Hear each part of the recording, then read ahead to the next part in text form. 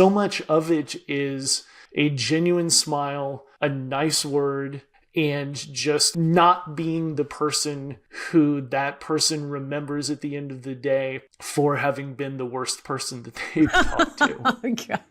Do you want to be better with money, but dread the math? I get it. That's why this show is not focused on math, the markets, meme stocks, or even economic predictions. It is focused on how money fits into your daily life, from having healthy money conversations to caring for an aging parent. I'm Karen Coyne, certified financial planner professional and your host of Money Without Math. Join us for conversations that are practical, sometimes philosophical, and always fresh. Learn more about me at raymondjames.com/clarity, and be sure to subscribe.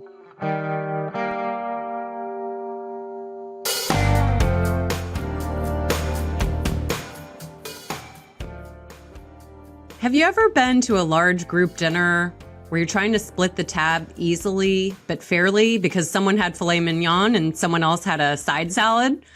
What about a canceled flight? Did you have to call an airline? Or have you ever had to finance a new vehicle? Some of these things are activities that many people just dread. And maybe it's because they seem like they're more difficult than they are.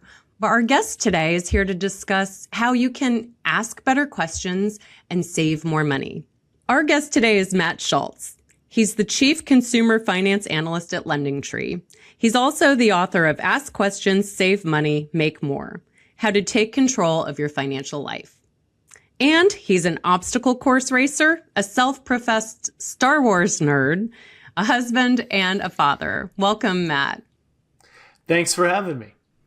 Very cool. How long have you been doing obstacle course races? Oh boy. I have done 7 or 8 of them. So probably over like 10 years or so. Wow. And it's just a lot of fun. I'm not really like a camping outdoors guy, but I love hiking, and these obstacle course races, you just get to get in the mud a little bit and like just kind of climbing over things and that sort of thing. And I just find it a lot of fun. I've done a few with my son, including one that we did last summer in Bozeman, Montana in late June, where it snowed while we were on the course. Wow. And so that was a bit of an adventure. Oh my gosh. Well, this tells me so much about you, because you say that you're not really a camping outdoors guy, and you do obstacle course races, which again would be terrifying to most people. And you've told me that you're really not the type of guy typically to raise your hand, but you wrote the book on, asking questions and negotiating and saving money. So this tells us a lot about your ability to overcome maybe what a lot of people might see as common obstacles, which is a great segue to this conversation today. So tell us what led you to inspire this book, Matt? Well, a couple of things. One is simple. My father's, the biggest piece of advice that I remember him giving me was always, it can't hurt to ask. Worst thing that happens is somebody tells you no. But if somebody says yes, really cool things can happen. And my dad passed from a couple of forms of cancer in 2020. And I was kind of inspired that was part of what inspired me to write the book, just a bit of a tribute to him. But then the other aspect of it that inspired the book was that in my day job at LendingTree, we create a bunch of data. We do a bunch of polling.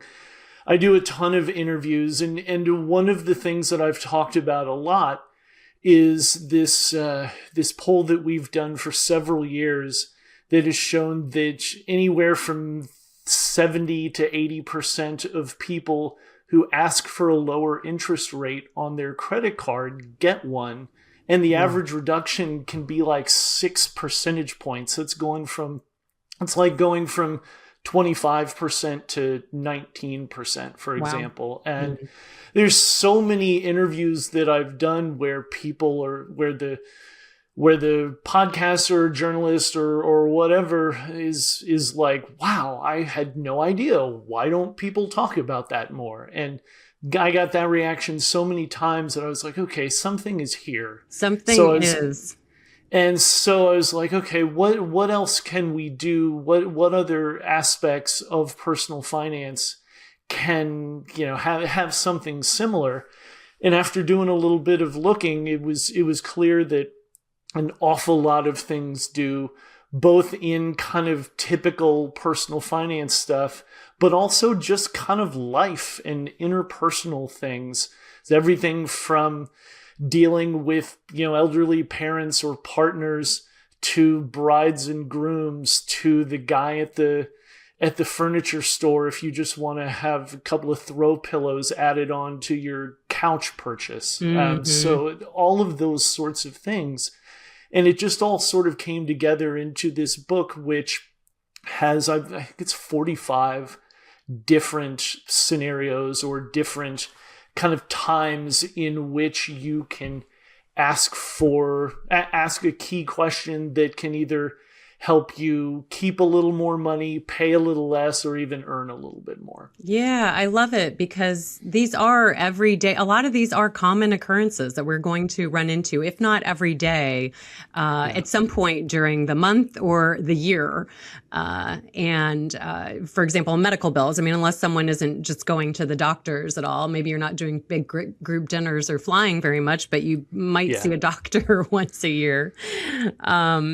Did what you learned while preparing for the book change the way that you approach some of these activities, like, receiving a medical bill, for example, or attending a group dinner?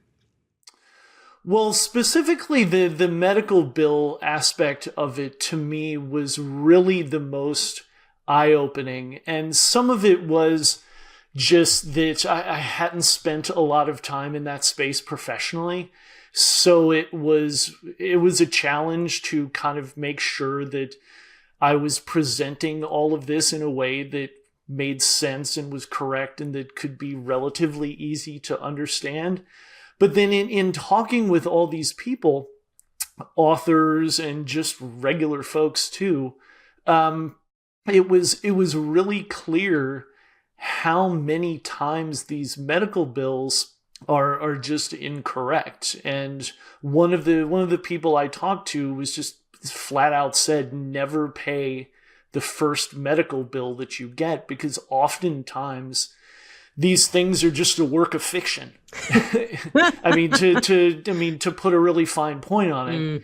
And when you're talking about something as significant as a medical bill, which sometimes can be, just crazy high numbers. Anybody who's spent any time in a hospital knows how fast those numbers can grow. And just having heard from people either about medical errors or about negotiations that they've done, really that's one of those things that opened my eyes probably more than anything else I did. And if you're looking for kind of one big takeaway as it relates to medical bills, the biggest thing that I would say that is important to do is when you get a bill, even if it looks okay and you don't suspect anything wrong, go back and ask the medical provider for an itemized bill with these things called CPT codes. And these codes are basically kind of the standardized language in the medical space as it applies to billing and that sort of thing. And what those codes allow you to do is to see exactly what you are being charged for on that bill. So there's no ambiguity. And you can Google the particular CPT code and you'll be able to find what that was, and that sounds like it may take a fair amount of effort. It really shouldn't. And it can be really significant because really all it takes is one bad keystroke to have you be charged for something that you didn't actually have done. So Right. it can be a really significant thing. Yeah, that's a great takeaway. So yeah, anyone who's listening, you've already gotten your money's worth. You're not even 10 minutes in.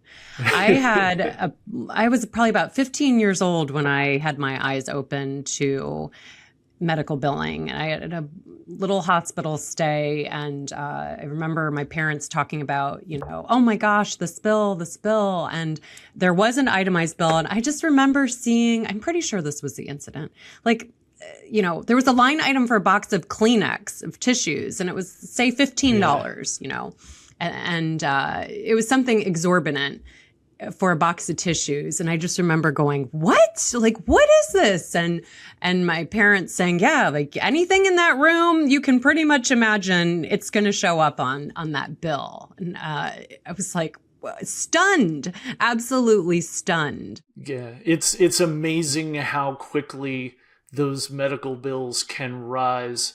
But it's also really good to know that you do have options even in terms of ways to pay. Because I also talk about medical credit cards, for example, as something that will often or can often be the first thing that these medical providers mention to you as a way to pay, in kind of a similar way to like a store credit card. When you're at the checkout counter, they'll say, hey, do you want to save a little money by getting this card? A medical card can be a similar option in the medical space, but it's not a good option because the interest rates are so high.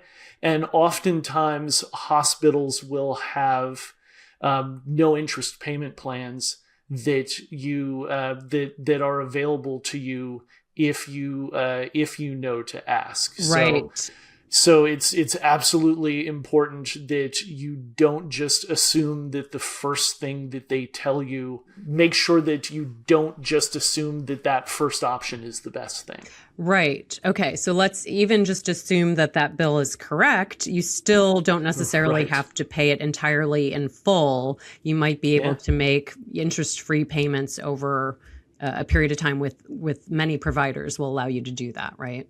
Yeah, absolutely. And I even had stories of people telling me, where one lady said that her mother had some pretty significant medical bills, and this person called up the medical provider and basically was like, my mom doesn't have the money to pay this. If I gave you X amount today or in fairly short order, could we call this thing even? And people would be amazed at how often that happens. Mm-hmm. And so making yourself vulnerable in that way, where you're saying, well, I'm on a tight budget, or I only have this much to spend, can you work with me? That works not only in the medical field, but in so many other places as well, because oftentimes these businesses, if you can give them a little bit more today, there's more often than exactly, more often than people realize, they will be willing to settle for that amount today instead of chasing that extra money down over time. 100%. Yeah. Now, to be clear, we're talking about physically picking up the phone, right? Not writing an email, not using the AI chatbot, but talking to a customer service professional, calling an office or calling the billing department. I'm kind of old school in that way. So yeah, you certainly can do these things via email, via chat tools.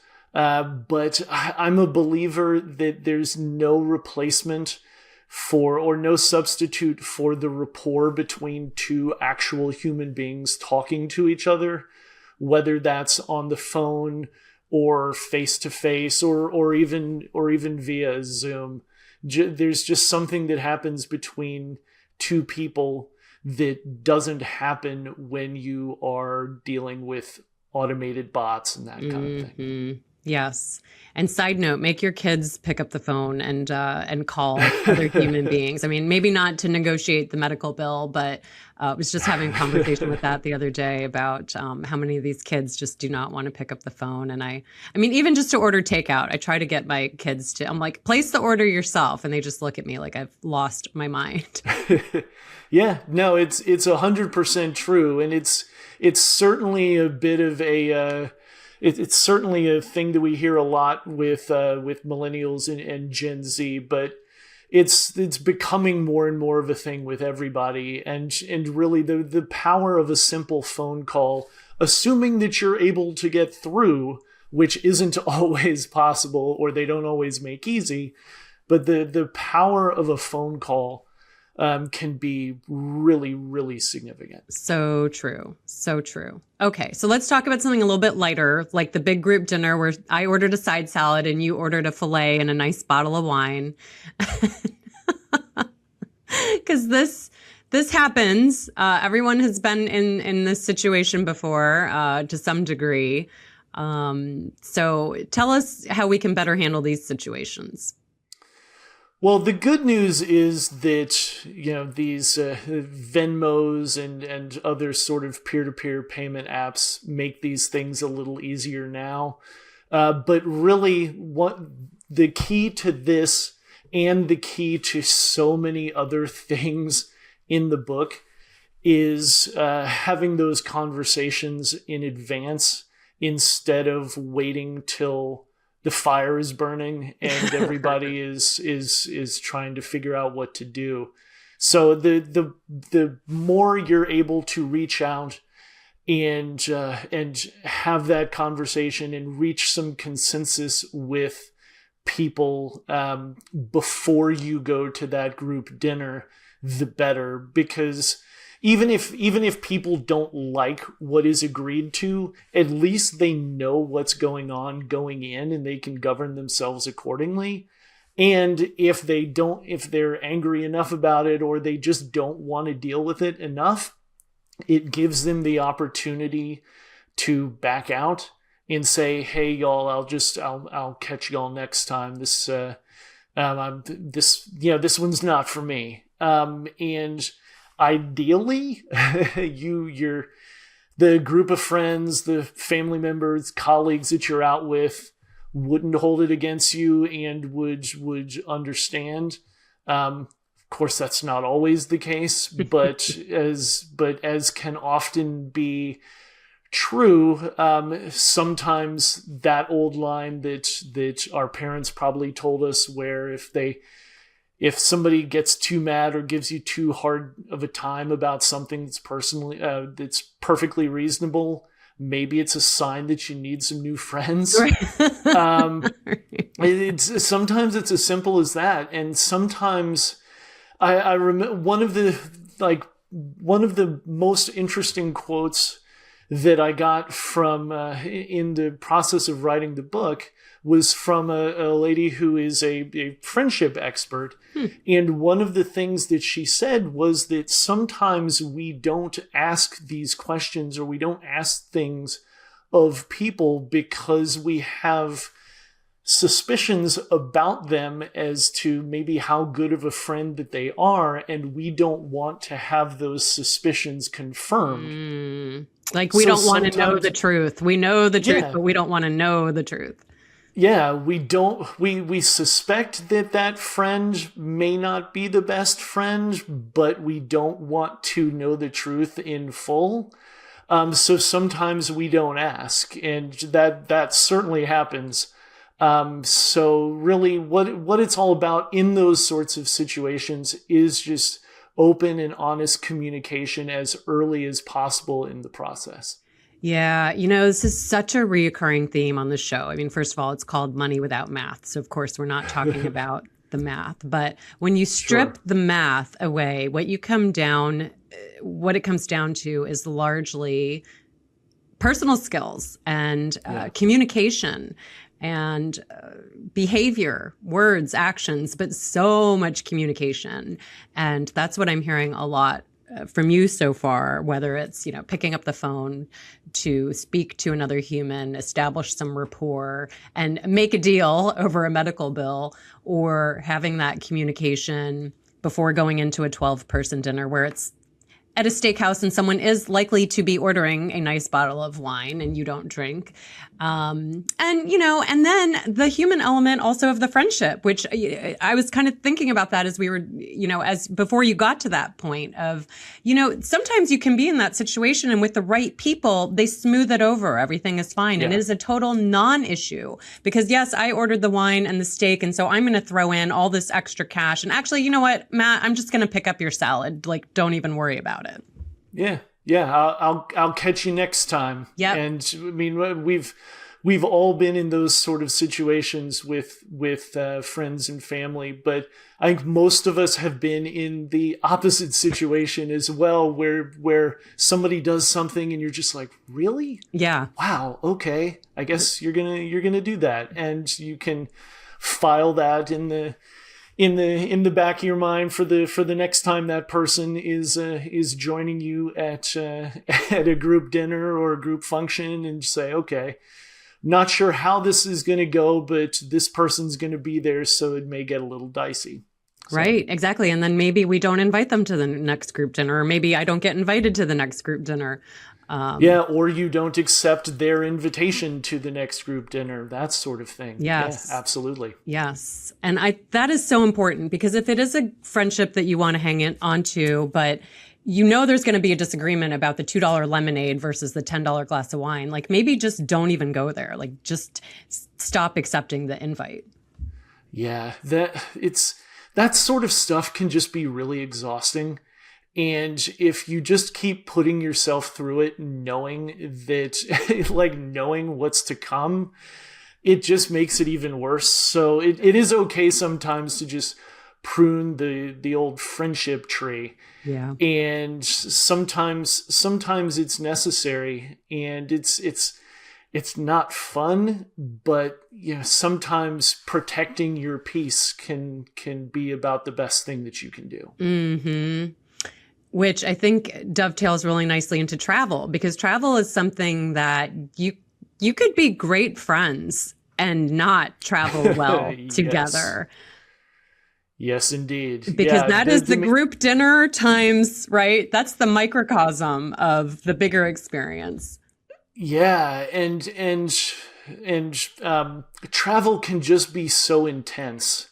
It can be amazing, but anybody who's done any sort of significant traveling knows that getting there sometimes is just a pain and can be really tiring, and it can fray the nerves of even the best of friends and the like most loving of spouses. And I mean, my wife and I have traveled many, many times and gotten into some of our biggest fights in the process of traveling. Oh, and yeah. It's just a really intense thing. And giving yourself a little bit of grace and taking a breath a time or two when you're traveling, and when you feel like things are getting heated and you're just completely exhausted and dehydrated and the whole thing can be a lifesaver. Yes, exactly. My other half knows when I'm about to get very hangry and is very good at reading the room.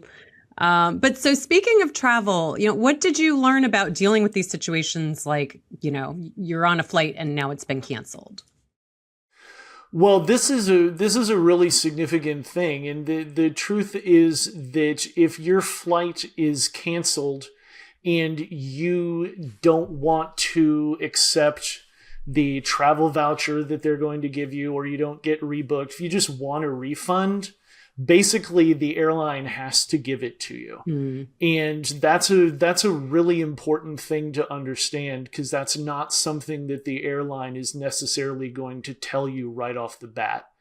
And everybody's been in situations where their flight's canceled or super delayed, and you're angry, and people in the line behind you are yelling and screaming and all that, and keeping your wits about you and just as calmly as you can muster in a really difficult situation, just asking for that refund, if that's what you indeed want, is really the best way to go. And as with so many things with the book, but especially with travel, really, so much of it is just calming yourself and not being a jerk. Because the person at that checkout counter has probably been yelled at a half dozen times today. The hotel clerk has probably had the same experience. So has the person behind the car at the rental counter. And if you just smile and are nice to them, and it's amazing how much better treatment that you can get. And sometimes it can even work in terms of getting an upgrade to a nicer hotel room, or a upgraded car from going from a compact to an SUV. It's stuff like that. So much of it is a genuine smile, a nice word, and just being the person, not being the person who that person remembers at the end of the day for having been the worst person that they've talked to. Oh, God. Right. Okay. So be a good human, and you can actually more easily, get your request.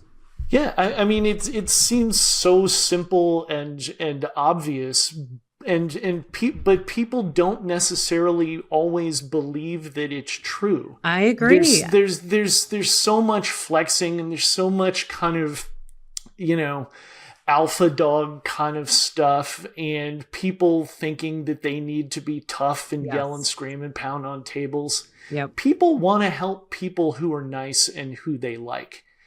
And sometimes just being a nice person and asking the person how their day is going, even something like that. You're not having a full conversation that delays the line and all that, but just a little bit of small talk can make a difference. Because again, people generally want to help people, but they especially want to help people who they like and who they connect with and who aren't jerks. So don't be a jerk.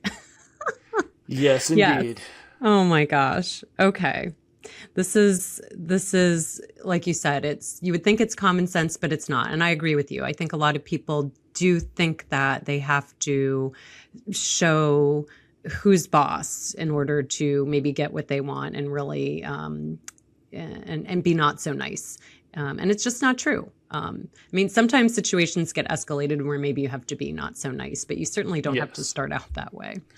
Yeah, absolutely. Yeah, being nice doesn't mean you're being a pushover, doesn't mean you let them walk all over you, doesn't mean that you don't speak up if something happens that shouldn't happen or that you don't like. But it does mean that, just at least to start off with, coming in with a polite, kind of friendly tone can really help. Yes. Okay. Now, before we've already covered, I think several things that are very, very valuable. But I did want to address, you and I had a conversation earlier, and you were telling me a story about premarital counseling that you and your wife had attended before you got married, of course. And I think this also says a lot about the importance and the role of communication when it comes to money. So would you mind sharing a little bit about that story with us? Sure. Yeah, my wife and I have been married for 26 years now. And while I don't remember a ton about the counseling that we had to do to get married in the church that we wanted to get married in, one of the things that I definitely remember is that they asked both of us the question of, how much are you comfortable with spending without telling your partner? And how much are you comfortable with them spending without telling you? And I said something like $50, and my wife said something like 250 or 300. Some it was a really wide difference. Of $50. Yes, yeah, and And we were just like, whoa, this is a really huge difference. Why, what's going on? And what happened over the ensuing few minutes is that we kind of talked through it and realized that neither of us had really given any thought to it at all. We just kind of put out numbers that like first popped into our head. But once we had the conversation, we realized that we were basically in the same sort of ballpark, closer to her number, but basically all kind of in the same ballpark. And what really mattered was having that initial conversation to kind of see where we would both land. Because, that's the sort of question that would never have come up outside of that sort of situation, except maybe in like a party game kind of thing where you just have conversation starters and like that. Right. But that was a perfect example of where those sorts of counseling things can be useful. But you don't have to go through those sorts of counseling things to have those conversations. Because a lot of times when you are kind of figuring out stuff with your partner, it really is just a matter of kind of talking through things. And some of those kind of party sort of questions, like if somebody gave you $1 million today, what's the first thing you would do with it? Or, other things like that, kind of fun. Like if you won the lottery, what would you do? Mm-hmm. And some fun questions like that are about money, but are really about other things too, that can help really give you some insight into what your partner thinks about money without, interrogating them about account balances and credit scores and passwords. Yeah. I'm so glad you mentioned that, because I think a lot of times that's what we think of, right? When we think, we have to have a money talk with our partner, we're thinking we got to get out account statements. We have to look at balances. But that's just a portion of it. And that might be in some cases, the smallest portion if we're not in agreement on a lot of other things. And if only there was some place where some of these questions were stored that we could easily access. Exactly. Yes. I know a place that's right over my shoulder. In my book, I list out a bunch of potential questions that can help you start these sorts of conversations. And it really is important because these things do matter. And we think about kind of big, difficult conversations with our partners in early days of relationships, with everything from religion to kids to politics and on down the line. But money is as important as any of those, if not more. And if somebody is never willing to have a serious conversation with you, or even kind of a not so serious conversation with you about money, that should be a giant Texas-sized red flag in that relationship, because money conversations are not a nice to have. They are an absolute non-negotiable must have for any relationship to work. Well said, Matt. Well said. Well, we've already covered so much today, including some really great actionable takeaways. But is there anything just closing thoughts, anything that we didn't get to that you want to make sure and leave listeners with today? Yeah, the biggest kind of overarching takeaway is that you have more power over your money than you think you do. And that's true whether you're talking about negotiating credit card rates or medical bills, or even doing things like talking to the bride and groom about the cost of a wedding party, or talking to your elderly mom and dad about cost of their financial situation. It's easy to feel kind of helpless and powerless because we don't have that much influence over, big macro things in the economy like interest rates and that sort of stuff. But you have more power over your money than you think you do. And there are things that you can do to take a little more control of your financial life by asking the right questions in some everyday situations. Yeah, that's fantastic. Well, thank you for sharing some of that with us, giving us a few of the takeaways from the book.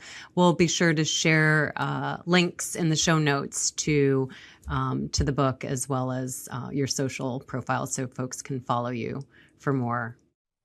Awesome. Thank you very much. This was fun. This is super. Thanks so much for joining us today. Yep. Thank you.